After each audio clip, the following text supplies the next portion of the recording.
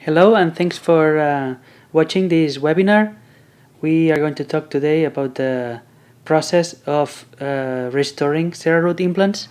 And the first thing we have to talk about is the difference between conventional two-piece titanium implants and design of one-piece CeraRoot implants. So when we look at this slide, we can see that there's shoulder of the implant right there, and this shoulder is supposed to be placed on day of surgery on the same level as the CEJ of the neighboring teeth. So here's the CEJ of the premolar, here's the CEJ of the molar, so about the same height. And then we suture the gum, and however this gum heals, whether it's covering the shoulder of the implant or a little bit below the shoulder, we know that we can prep this margin down and we can make a crown start at whichever height we like. So just to show you how the healing and of this type of implant sometimes happens, which is the entire margin of the implant is visible. So this is average healing, but sometimes we have a margin that is covered. And when we look at some of the treatments done with titanium implants, we know that sometimes implants are left to heal under the gum.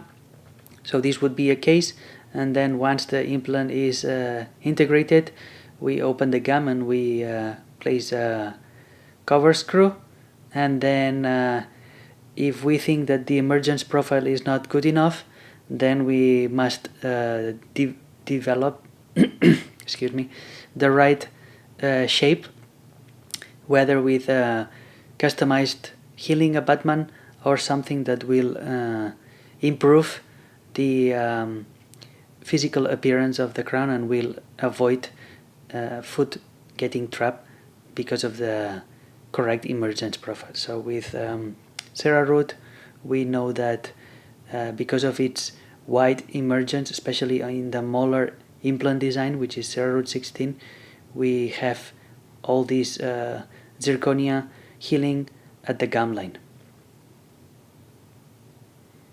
So how sometimes do we see implants after several months when patients come back after surgery? This is the image that we would like, but sometimes it heals like this. Sometimes we have gum covering the entire side of the shoulder. So this is the shoulder, which is cylindrical, and it's covered on this patient, it's covered with gum. We can remove this gum either with laser or electrosurge or conventional scalpel, and sometimes we have this type of situation.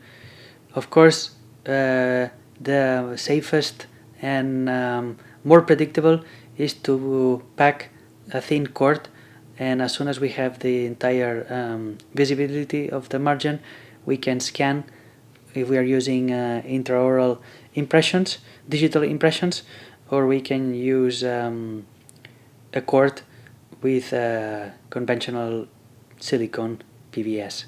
So this is try to avoid removing any gum, especially on the buccal aspect, because all the gum that you can keep, it's gonna improve the health of the implant. So as much as possible, try to preserve this gum by pushing this gum sideways. We also have available impression copings, so sometimes it's good idea to numb this gum a little bit and then pack one of the impression copings we have for 15 days approx, and then the impression coping will do the job by pushing the gum sideways instead of losing this thickness, which is important for the long-term survival of the implant.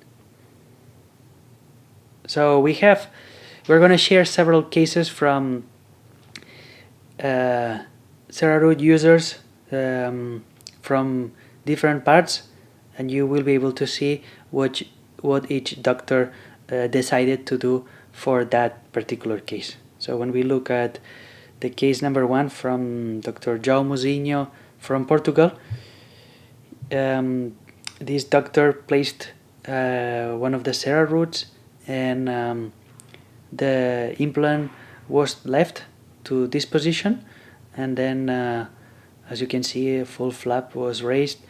This is the bone, and the implant was placed in this site, and then the implant was sutured with the gum covering the shoulder. But the experience has told us that more or less, if we draw a line where the healthy gum is, if we draw a line between teeth and teeth, that's where we should expect, in most of the cases, the gum to heal. So this is day of surgery, but this gum normally drops down to a healthy situation, which is similar to natural teeth, which is about this area. And we can see that from the buccal side, too much gum is covering the implant, but that's okay. This gum is gonna heal by itself.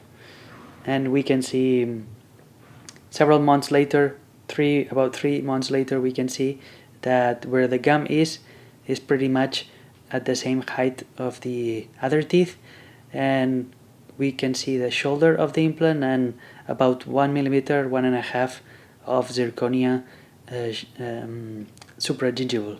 So the implant was very white on day of placement, but because of the disinfectants and diet of the patient, sometimes we can see this discoloration.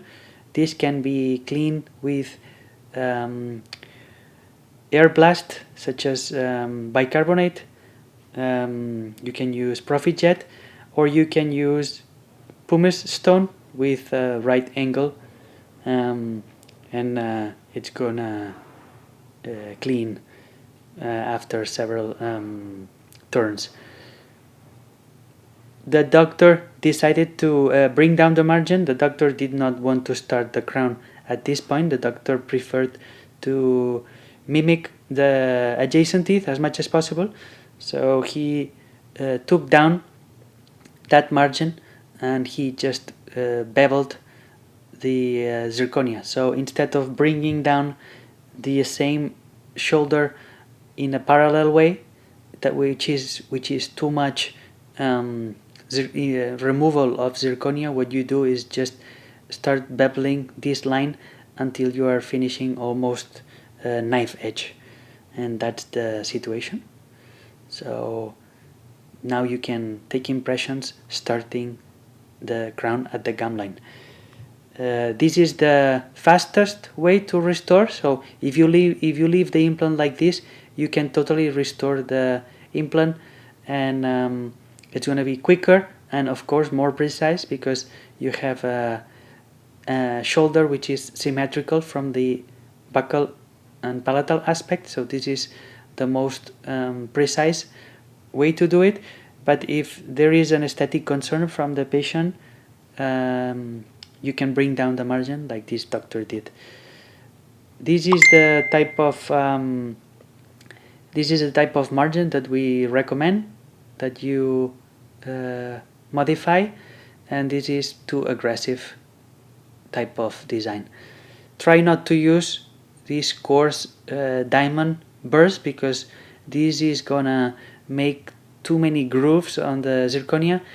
The type of diamond that we recommend is either yellow, red, or white. So you should not be able to see grain of diamond. You should only see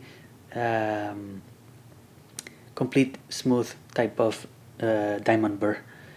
Lots of irrigation. You do not want this implant to heat up, because heating up an implant will make the osseointegration to be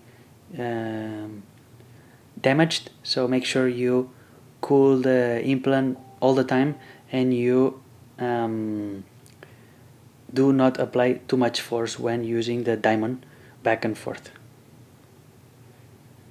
this is the crown finish, and this is the model.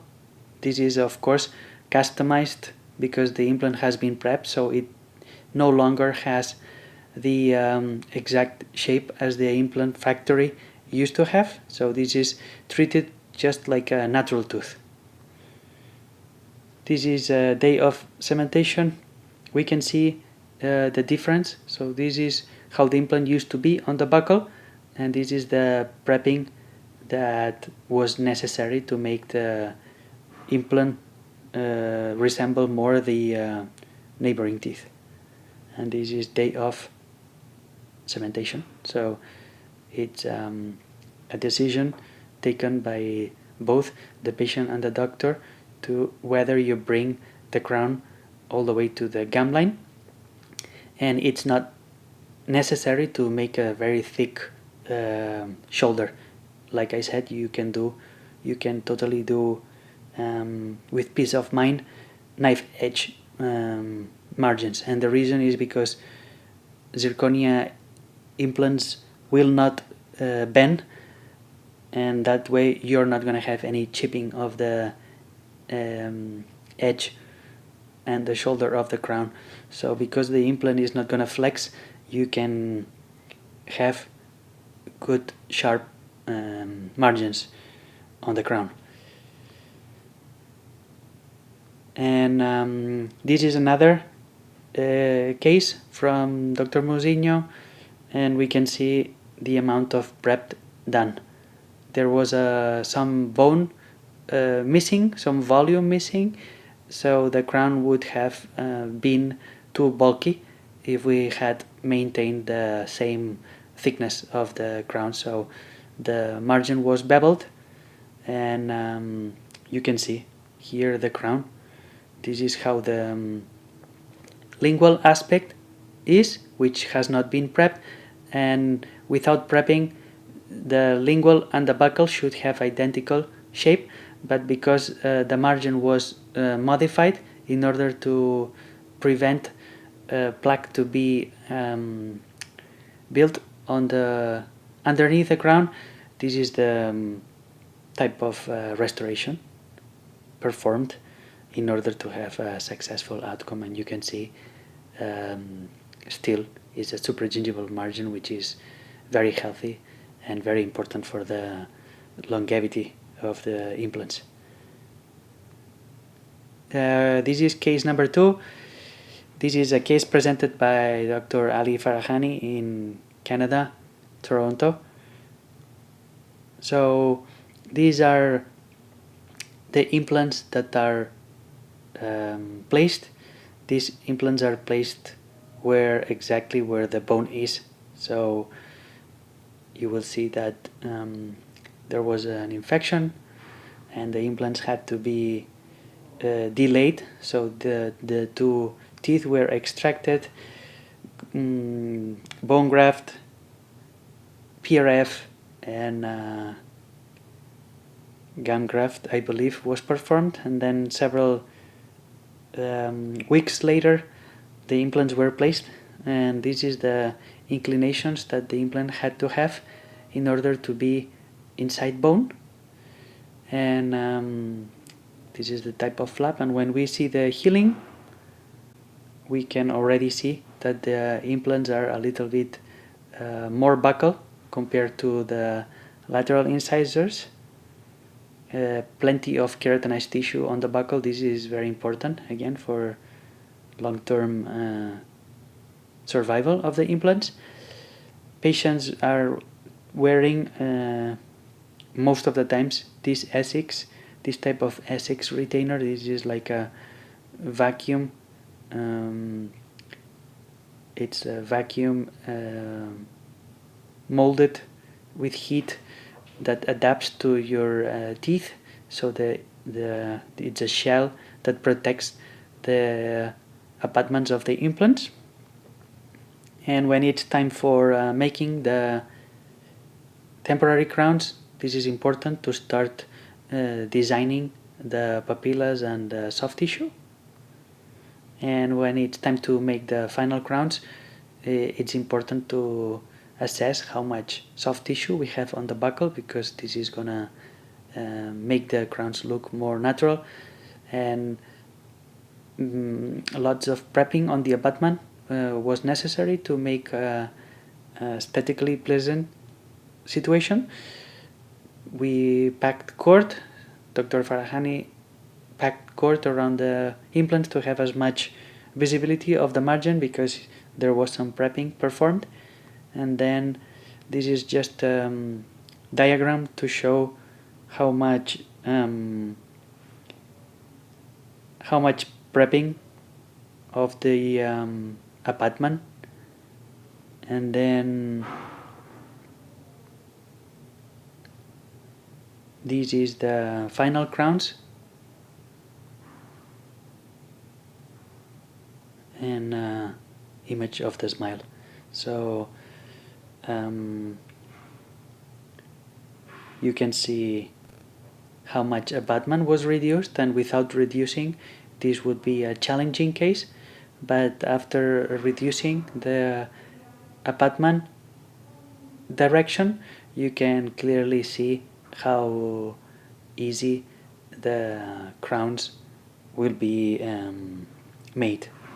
It's a much easier case after the prepping of the implants, and there's plenty of zirconia structure for the implants to hold in the long term. One important thing to have in mind is that if the patient is very braxer and you have you are not sure if your preparation was too aggressive, one thing to have in mind is that sometimes it's better to splint the two crowns in order to have to increase the strength of the abutments in case you had to do too much reshape of the abutments. But this case there was plenty of abutment structure, and Dr. Farahani decided to make two IMAX crowns, and this is the X-ray at 3 years follow-up, and very nice final aesthetic result. And this is just to show you how conventional two-piece titanium implants sometimes are restored using zirconia abutments. And when the implant has been placed in the perfect ideal position, most of the times we have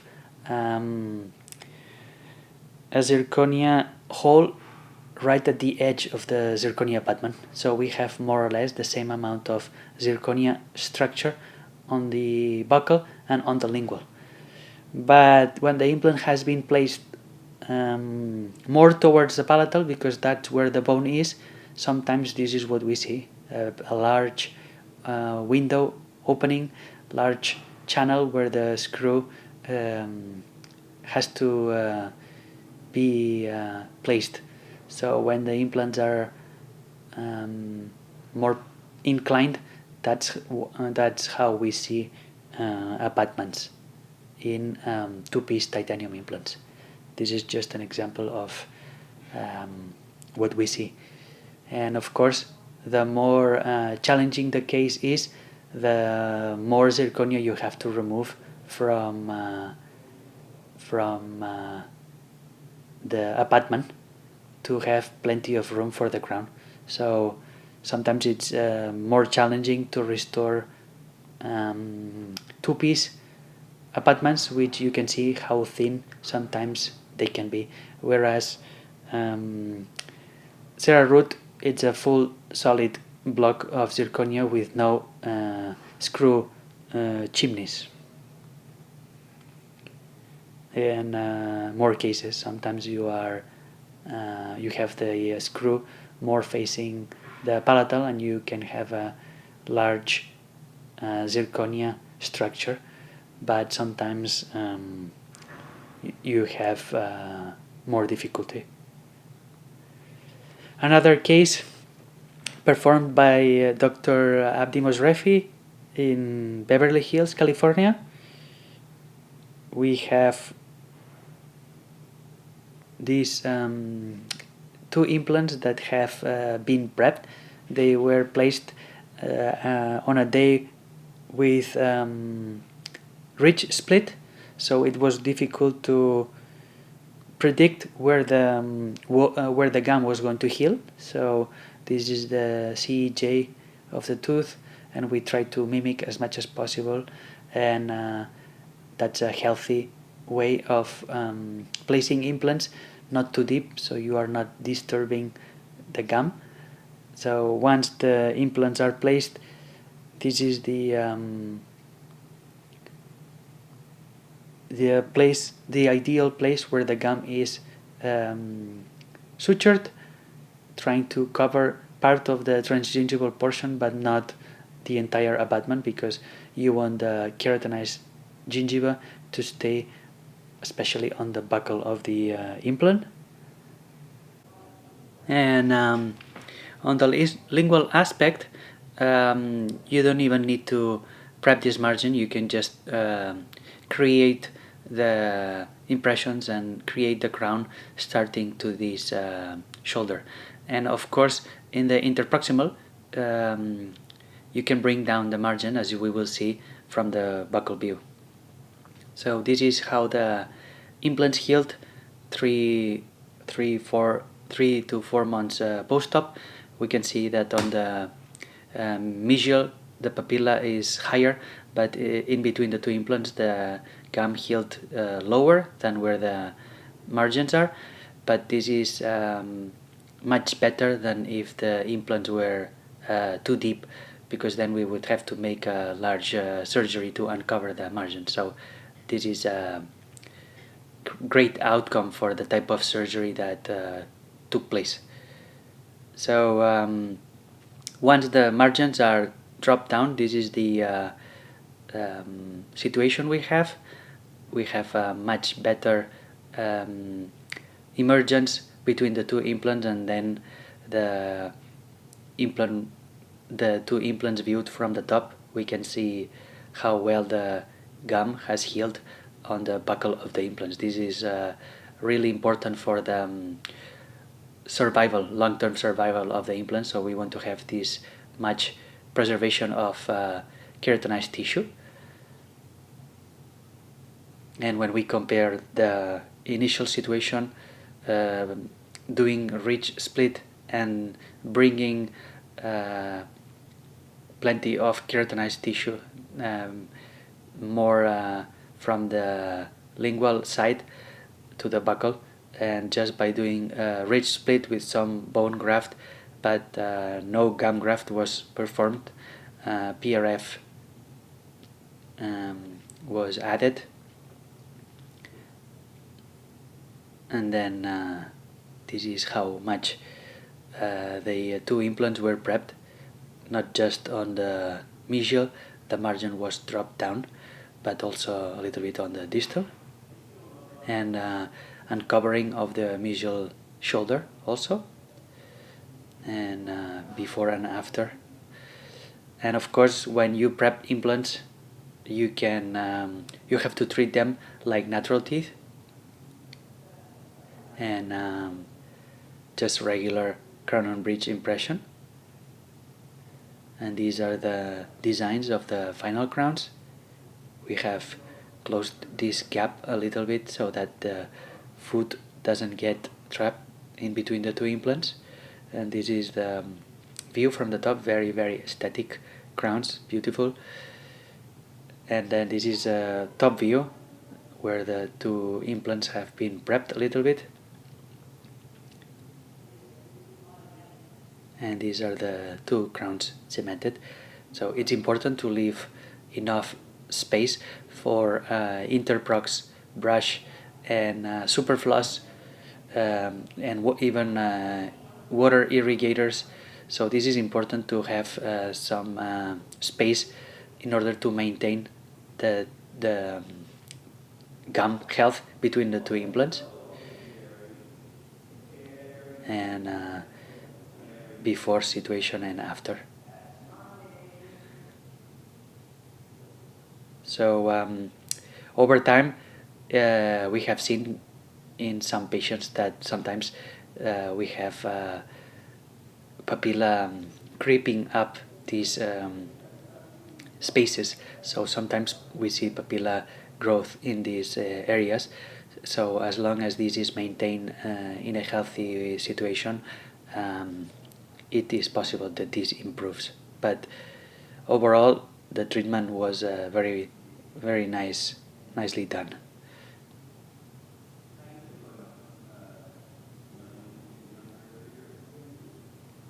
This is a final PA. We have another case. This was performed by my brother and myself some years ago, and it was a patient that had multiple implants. Our office is located in the metropolitan area of Barcelona. It's about 25-30 minutes from downtown Barcelona, north. So this patient had a very large infection on the lateral incisor. So he had to go with type of bonded Maryland bridge while the socket of the lateral incisor was healing. And then when the bone healed after the infection, the implant was placed, and nothing had to be prepped. The implant was just placed in the correct position, and this tooth had been working with no problem. But the patient had this central incisor in poor condition, and the patient knew that at some point this would have to be replaced as well.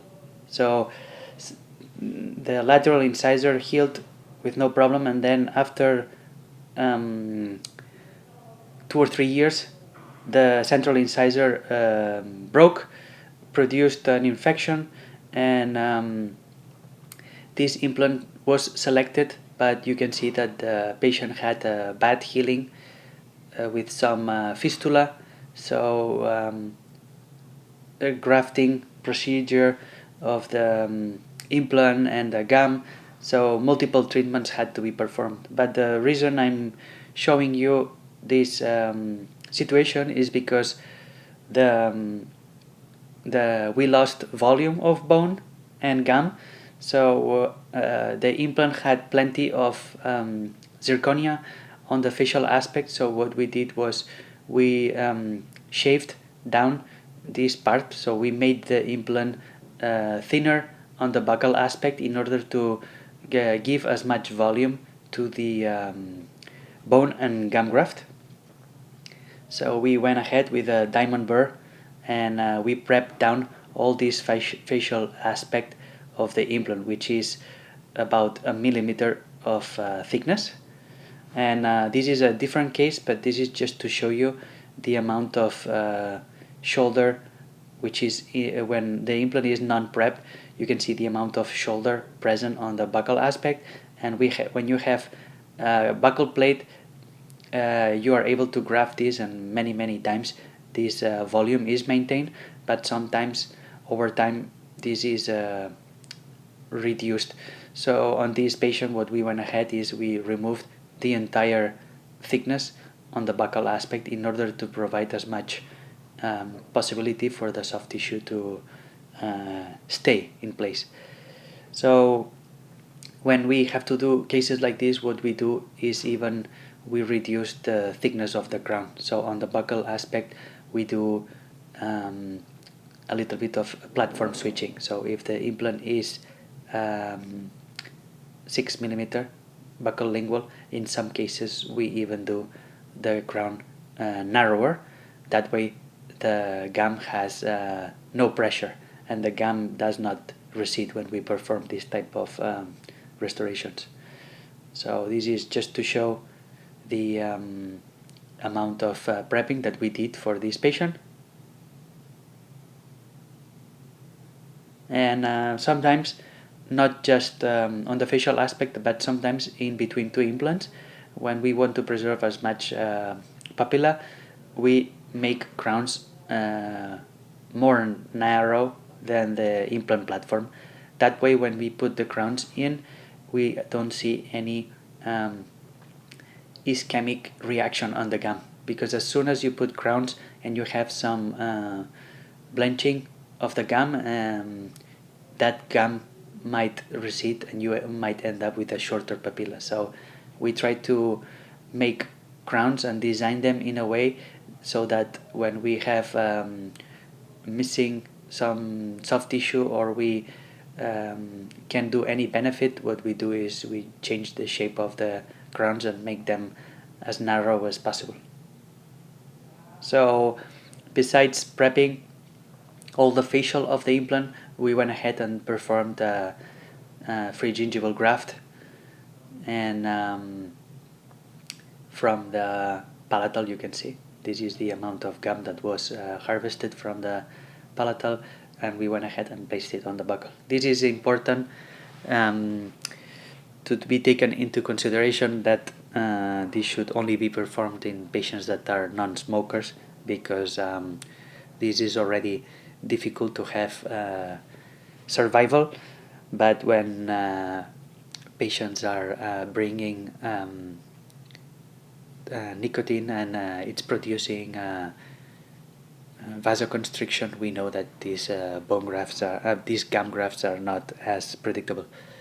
So day of surgery, PTFE sutures in order to leave the gum as clean as possible.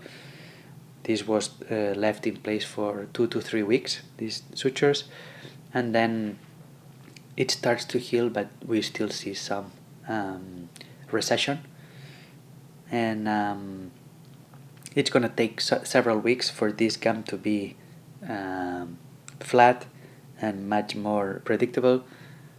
The patient goes home with an Essex retainer. It's very important that we don't restore this implant with a temporary crown, because as soon as we put temporary crowns, we are bringing much more plaque. So this the implant, the cleaner the implant, the more healthy we have the gum. And this is the Essex that was given to the patient for several weeks. These are the PA of the 2 implants, and the gum kept healing for several weeks, and at some point it was time to start doing the static treatment. So we decided to change this crown, which was a little bit too yellow, and make the 3 crowns simultaneously. But here you can see the amount of zirconia that was removed from the buccal in order to reduce as much as possible the recession in the long term. So this is day of crown cementation, and we left these embrasures open a little bit so that we had some hope that papilla would fill up this space. This is still day of placement, day of cementation, and then several weeks later we start to see that the gum is starting to fill. But again, this case is just to show you that by reducing a lot of the implant volume on the buccal, we were able to bring the margin of the crown more apical, but allowing the gum to be more stable in the area, and the gum is improving over time. And this is the final case. And over time we have seen, over the years we have seen that there has been some extrusion of the natural teeth, and these teeth have been maintained at its original height. So these crowns can be redone in the future if patient is not happy with the misalignment of the incisal edge. Of course, once in a while we get to see patients that are suffering infections in their CeraRoot implants, and this is a case that we like to show so that we can give second opportunities to some of the implants that get infected. And so what we did in this case, you will see there was a large infection. This patient had some diabetes, and we had to solve the healing, and not just affected the lower implant, but on the same patient we had an implant that was losing bone rapidly. So we went ahead and opened up a nice flap, and we cleaned all the threads, so we leave the implant as clean and disinfected and sterile as much as possible. And then we added bone graft and collagen membranes, PRFs, and then we sutured. And this is 15 days post-op and 3 months post-op. So we told the patient that with no crown, no temporary crown, this would be much easier to clean and have healthy, while the implant and the bone graft was healing. And the same was performed on the upper. It was clean all around, and the threads and everything was removed, grafted, and the same process with collagen membranes and suturing. Patient was given much better hygiene instructions. So we, after the gum started to heal, we encouraged the patient to use interprox brushes and irrigators in order to have these gums not bleeding and have as much as possible attached gingiva to the implant with no probing. So this is the situation before the before opening the gums. This is the way the gums looked like, with this much lesion underneath. And once the gum was very stable and the patient was able to maintain a very healthy gum, we went ahead and restored the 2 implants. We didn't want to prep this shoulder. It was not visible when the patient was smiling. That way the implant is stronger. And then once in a while, it's not possible to restore cases the way we would like. And for instance, this case, there's not enough space for another implant, at least for a healthy situation. So sometimes when vital teeth are possible to splint with natural teeth, and we have vital and non-mobile teeth, so it's a very solid type of tooth. This is an approach that sometimes we follow, and this has been in the mouth for over 3 years, and no uncementing of the implant or the tooth, no mobility, and much easier type of treatment to maintain, as opposed to placing 2 implants with almost no space between them. And then this other case had a very large infection on the lower incisors, and there was a huge loss of the buccolingual thickness bone. So this bridge was designed to provide function to the patient, and this also has been in the mouth for 2 to 3 years. This canine, of course, had no mobility, no sensitivity, and patient is very happy for this type of less invasive approach. So I hope this webinar was of interest, and feel free to post any messages or email us with questions, and look at our website. We have a download section with documents, different documents to restore CeraRoot implants with different situations, subgingival, supragingival, or gum level situations. So thank you for your time, and see you on the next chapter.